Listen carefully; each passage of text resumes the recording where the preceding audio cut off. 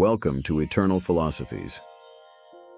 At the beginning of every new year, we are taught to believe that happiness lies ahead. We make plans, set resolutions, and imagine a future where things finally unfold the way we want. Yet beneath this optimism often hides a silent anxiety, the fear that life may once again refuse to cooperate. What if peace does not come from controlling what is to come, but from loving whatever comes instead? What is Amor Fati? The ancient idea known as Amor Fati means love of fate. It is not passive acceptance, nor is it blind optimism. Amor Fati is the radical decision to embrace everything that happens in life, pleasure and pain, success and loss, as necessary and meaningful. It asks us to stop wishing that reality were different, whether in the past, the future, or even in eternity. Amor Fati and our New Year expectations. Every January, we unknowingly wage war against reality. We plan as if suffering can be avoided, as if loss can be negotiated away, as if uncertainty is a flaw rather than a condition of existence. Amor Fati challenges this mindset. It invites us to build our lives not on the fantasy of perfect outcomes, but on a deep reconciliation with how life truly unfolds. Nietzsche, loving life without conditions.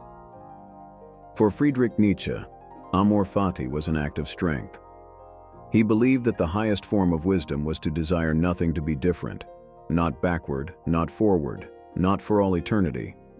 To love fate for Nietzsche was to say yes to life in its entirety, including suffering, contradiction, and chaos. Only those who can affirm everything, he argued, truly affirm life itself. Epictetus, freedom through alignment. Epictetus approached Amor Fati through discipline and clarity.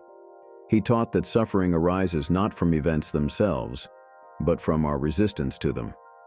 We are free, he said, when we align our desires with reality rather than demanding that reality align with our desires. In this alignment, anxiety loosens its grip, and inner freedom begins. Marcus Aurelius, peace in the midst of life. For Marcus Aurelius, Amor Fati was not a theory but a daily practice. Surrounded by war, illness, and loss, he reminded himself that everything happens according to nature. What resists reality fractures under its weight.